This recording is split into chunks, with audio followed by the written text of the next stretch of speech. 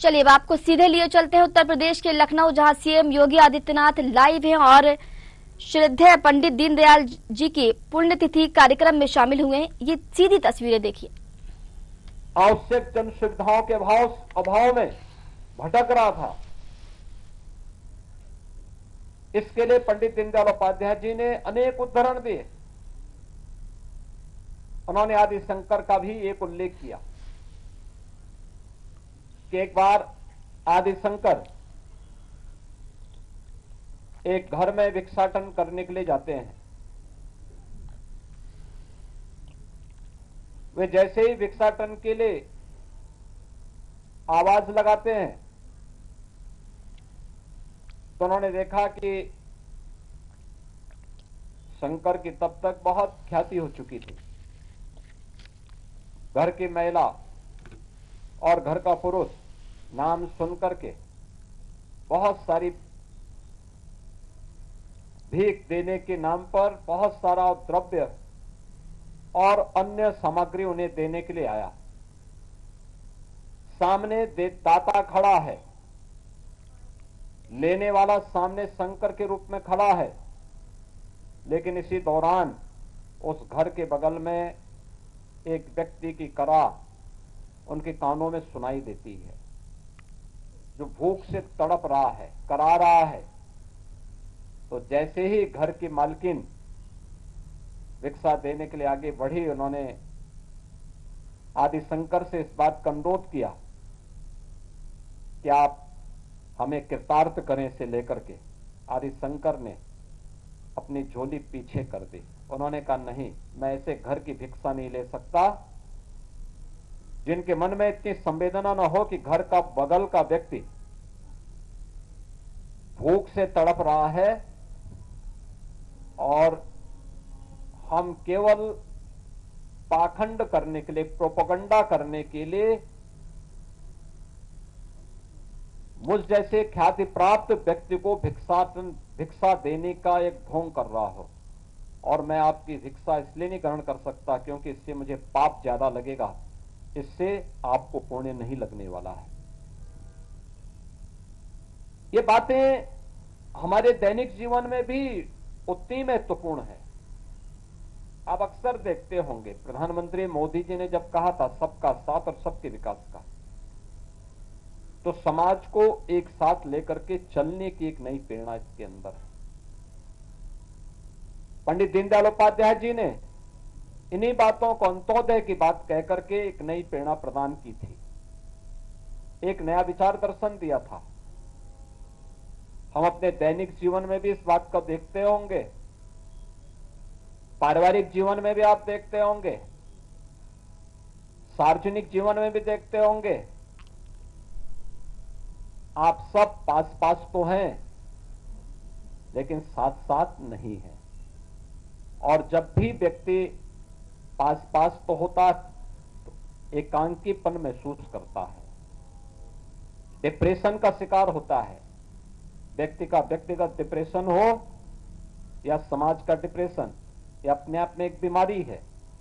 इस बीमारी से उबरने का एक ही मंत्र है, और जिसे मोदी जी ने बहुत स्पष्ट शब्दों में कहा था, सबका साथ और सबका विकास का।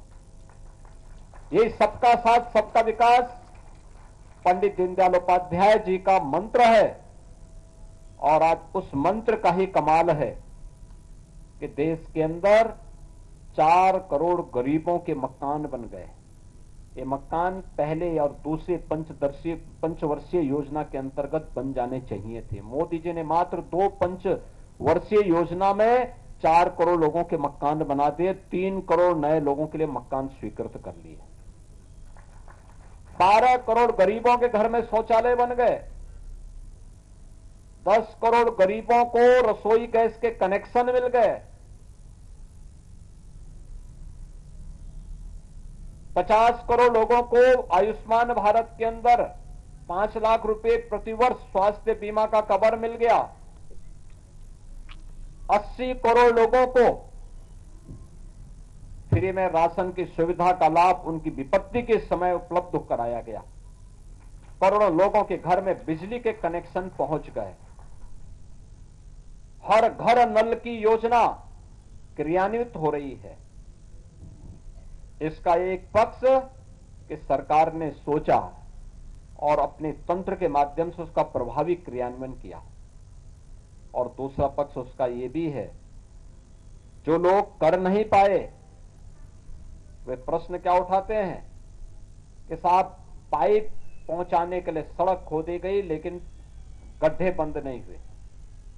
भाई पाइप खोदने के लिए, पाइप पड़ने के लिए सड़क तो खुदेगी ही खुदेगी। और याद करना, कोई भी नया निर्माण बिना तोड़ फोड़ के नहीं होता है।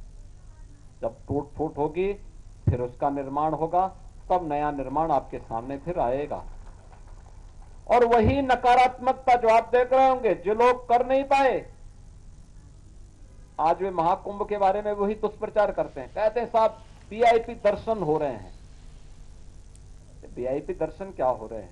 कुंभ में तो हर व्यक्ति आएगा, वहां तो किसी के साथ कोई भेदभाव नहीं है, न जाति का भेद है, न पंथ का भेद है, न क्षेत्र का भेद है, न भाषा का भेद है। पूरा देश आ रहा है और 29 दिन में 45 करोड़ श्रद्धालु अब तक वहां स्नान कर चुका है।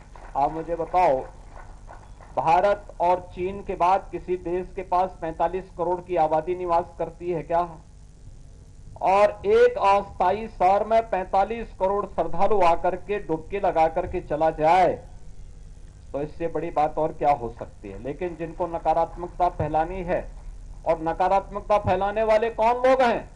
ये नकारात्मकता फैलाने वाले वही लोग हैं जिन्होंने जीवन भर बीबीआईपी ट्रीटमेंट लिया है, सरकार की बीबीआईपी सुविधाओं का उपभोग किया है, और किया ही नहीं, आने वाली पीढ़ी के लिए भी एक रास्ता खोलने का प्रयास किया था उन्होंने कि वे तो ले ही ले, लेकिन उनकी आने वाली पीढ़ी भी इस सुविधा का उपभोग करे, जैसे देश उनका बपोती हो।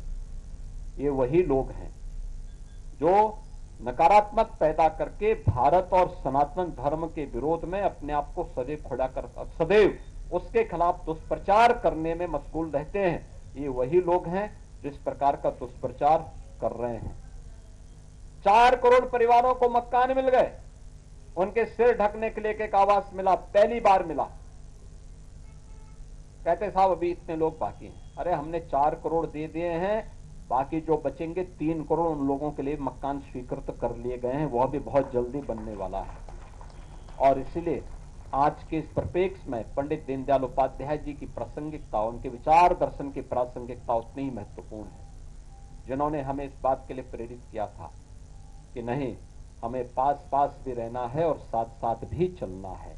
और ये पास पास और साथ साथ चलने की जो प्रवृत्ति है, यही वास्तव में अंत्योदय की एक नई प्रवृत्ति है, उसकी परिणति है, और वही समाज में खुशहाली का मार्ग और समृद्धि का मार्ग प्रशस्त कर पाएगा।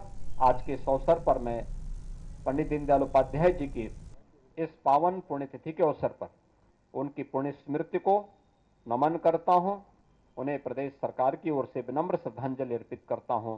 धन्यवाद। जय हिंद।